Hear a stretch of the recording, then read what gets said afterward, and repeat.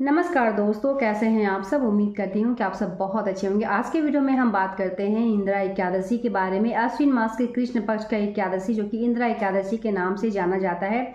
वैसे एकादशी अपने आप में बहुत ज़्यादा महत्व रखता है क्योंकि एकादशी सभी व्रतों में सर्वश्रेष्ठ माना जाता है। तो एकादशी व्रत आपको कब करना है, पारण आपको कब करना है, कब से एकादशी प्रारंभ हो रहा, कब इसका समापन हो रहा, हर एक चीज़ के बारे में आज के वीडियो में जानेंगे। तो वीडियो को आप लोग अच्छे से देखें और ज़रा भी वीडियो हेल्पफुल लगे तो वीडियो को लाइक और चैनल को सब्सक्राइब भी ज़रूर कर लें। ठीक है, अब बात करते हैं इंदिरा एकादशी। आश्विन मास के कृष्ण पक्ष एकादशी जो कि 28 सितंबर दिन जो है शनिवार के दिन आपको ये व्रत रखना है। शुक्रवार के दिन 27 तारीख को आपको जो है नहाए खाए हेयर वॉश वगैरह आप कर सकते हैं। तो शुक्रवार के दिन है, आप को किसी भी तरह का कोई दिक्कत ही नहीं हो सकता है। और रविवार को जो है पारण है। तो जब भी आप व्रत करते हैं एकादशी का तो पारण का बहुत ज़्यादा महत्व होता है। पारण के समय ही आपको पारण करना चाहिए। ठीक है, तो 3 दिवसीय ये व्रत होता है। दशमी तिथि, एकादशी और द्वादशी, तीनों दिन आपको अच्छे से नियम का पालन करना है। साथ ही ये एकादशी बहुत ज़्यादा महत्व इसलिए भी रखता है क्योंकि पितृ पक्ष में ये एकादशी होता है और अगर आप चाहें तो पितरों को आप दान भी कर सकते हैं। कहा जाता है कि पितृ पक्ष में जो एकादशी आता है, अगर वो एकादशी अगर आप करते हैं तो कई गुना ज़्यादा आपको लाभ मिलेगा और पितृ होते हैं वो तृप्त होते हैं। इसीलिए इस एकादशी का महत्व बहुत ज़्यादा होता है। तो अगर आप चाहें तो एकादशी का व्रत आप करें और पितरों का निमित्त आप ये दान भी कर सकते हैं। एकादशी का व्रत वो होता है जो आप किसी को भी दान कर सकते हैं। अड़ोस पड़ोस में कोई बीमार है या फिर किसी का समय अच्छा नहीं चल रहा है तो आप वो एकादशी उपवास करके उस एकादशी का उसके नाम का दान भी कर सकती है। एकमात्र एकादशी ही व्रत ऐसा है जिसको आप करके आप दान भी कर सकते हैं। जिसको आप चाहे उसको दान कर सकती हैं। ठीक है, चलिए अब बात करते हैं एकादशी व्रत कब से प्रारंभ हो रहा और कब इसका समापन है और पारण का सही समय क्या है। तो एकादशी जो है वो 27 सितंबर को दोपहर के 1:20 से प्रारंभ हो रहा और वही 28 तारीख को दोपहर के 2:50 पर इसकी समाप्ति होगी। ठीक है, तो उदया तिथि को लेकर अगर बात की जाए तो 28 तारीख को आपको 28 तारीख को जितने भी नियम आपको करना है, 27 को जो है वो नहाए खाए बाल वगैरह आप धो ले, 28 को व्रत रखना है। और पारण का अगर सही समय की बात किया जाए तो पारण जो है 29 तारीख को है। सुबह के 6:12 से लेके 8:35 का जो समय है ये पारण का समय है और इसी बीच आपको पारण कर लेना है। तो सुबह सवेरे आप पारण कर ले और अगर खाना वगैरह नहीं तैयार हुआ है तो ऐसे में आप सबसे पहले तो मुख में तुलसी पत्र और गंगा जल जो है वो लगा लेना है। उसके बाद आप कुछ भी खा सकते हैं, चाय पानी आप ले बिस्किट वगैरह कुछ भी खा ले और जब खाना तैयार होगा तो आप खाना वगैरह खा सकते हैं। कुछ बातों को ध्यान रखना है। तो ये ध्यान रखना है कि मसूर दाल, बैगन, मूली ये सब जो खाकर आपको जो है पारण नहीं करना है। ठीक है, तो इन सब बातों का ध्यान रखें। और इंदिरा एकादशी का अगर बात की जाए कि नहाए खाएंगे तो नहाए खाए का जो नियम है उस दिन आप बाल वगैरह धो ले और लहसुन प्याज जो है नहाने के बाद बाल धोने के बाद नहीं खाया जाता है। शुद्ध सात्विक भोजन किया जाता है और रात्रि भी जो है चावल वगैरह खाकर जो है व्रत नहीं किया जाता है। कुछ लोग तो हैं कि शाम के समय यानी संध्या से पहले ही, सूर्य अस्त से पहले ही खा लेते हैं, उसके बाद वो खाना भी बंद कर देते हैं। लेकिन देखिए शरीर है, कभी कभी ऐसा भी होता है कि थोड़ा वीक हो जाता है, कमज़ोर हो जाता है।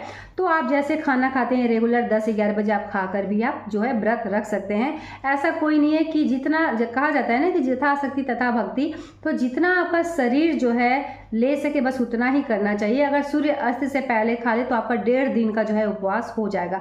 तो आपसे जैसे रहा जाता है वैसा करें। दूसरा जो है कि व्रत वाले दिन कहा जाता है कि सूर्य अस्त से पहले जो है फलाहार कर लेना चाहिए। बस इस बात का आपको ध्यान रखना है। तो नहाए खाए का जो नियम है मैं बता दी। व्रत वाले दिन आपको क्या करना है, सुबह सवेरे आप उठें और पितृपक्ष के दौरान बहुत सारे लोग जो है सूर्यदेव को जल नहीं देते हैं। बहुत सारे लोग जो है सूर्यदेव को जल देते हैं काला तिल डाल के। और ये कहा जाता है कि अगर सूर्यदेव को आप जल डालती हैं तो ये पितरों तक चला जाता है, यानी पितृ को ही प्राप्त होता है। तो कोई दिक्कत नहीं अगर पितृ को प्राप्त होता है और अगर जल डालती हैं तो अच्छा है, कहीं ना कहीं पितरों को भी ये जल मिलता है। ठीक है, तो आप देख ले आपके यहाँ अगर सूर्यदेव को जल दिया जाता है तो दे और सूर्यदेव को नहीं जल दिया जाता है तो ना दे। घर में जो भी पूजा पाठ कर ले और सुबह सवेरा व्रत का संकल्प जरूर ले।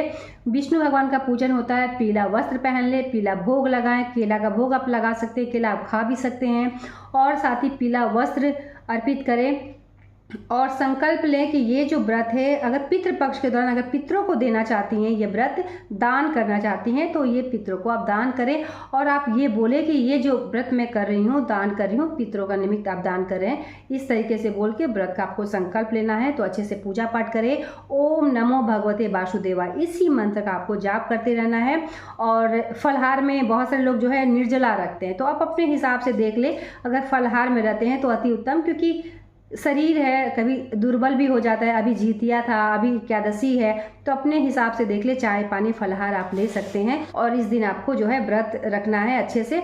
और शाम के समय भी विष्णु भगवान का पूजन करें। केला का पौधा अगर है आपके घर के आसपास है, तो केले के पौधे में भी आप एक दीपक जला दो। इस तरीके से आपको विष्णु भगवान का पूजन करना है और ओम नमो भगवते वासुदेवाय मंत्रों का जाप करना है। तो ये व्रत अगर आप पितरों को दान करना चाहती हैं तो ज़रूर से ज़रूर दान करें, कई गुना ज़्यादा आपको लाभ मिलेगा। ठीक है, तो ये सुनहरा मौका है, अगर मिल रहा तो इस मौके का फ़ायदा आपको ज़रूर से ज़रूर उठाना चाहिए और व्रत जो है ज़रूर रखना चाहिए। बहुत सारे लोग जो है 24 एकादशी रखते हैं, बहुत सारे लोग जो है एकादशी प्रारंभ कर लेते हैं, लेकिन कुछ एकादशी जो है वो करते हैं। तो ये जो एकादशी है पितृपक्ष में जो पड़ता है, जो कृष्ण पक्ष में पड़ रहा पितृपक्ष के दौरान, तो आप ये पितरों का निमित्त दान भी कर सकते हैं। ज़रूर से ज़रूर करें। अब पारण की बात किया, जैसे कि मैं बताया कि पारण जो है 29 तारीख को 6:12 से लेकर 8:35 तक है। तो पारण आप अच्छे से करें। पारण करते समय कुछ बातों का ध्यान रखें कि जो है मूली, बैगन, मसूर दाल ये सब नहीं खाना है। और कोशिश करें कि सरसों तेल से बना हुआ भोजन आपको नहीं करना है। ठीक है, तो इंदिरा एकादशी अपने आप में सर्वश्रेष्ठ इसलिए है क्योंकि ये पितृपक्ष में पड़ता है।